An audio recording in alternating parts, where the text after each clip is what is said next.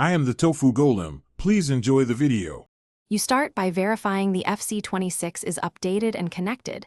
This prevents erratic inputs. Open the device utility, choose calibration, then hold the right stick at neutral and at full extent so the system maps range. Once done, pick input mode, absolute for direct stick mapping, relative for camera smoothing.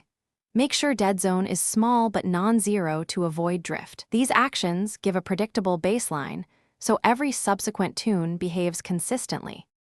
Now you refine sensitivity and function mapping to match intent. Open Curve Editor and try an exponential curve for precise low-end control or a custom graph to emphasize mid-range. Map the stick click to a frequently used action and assign tilt zones for quick taps. Add a modifier button if you need alternate behaviors. Once configured, test in a 3 to 5 minute live session and note any jitter or unintended activations. If something feels off, adjust curve points and dead zone incrementally.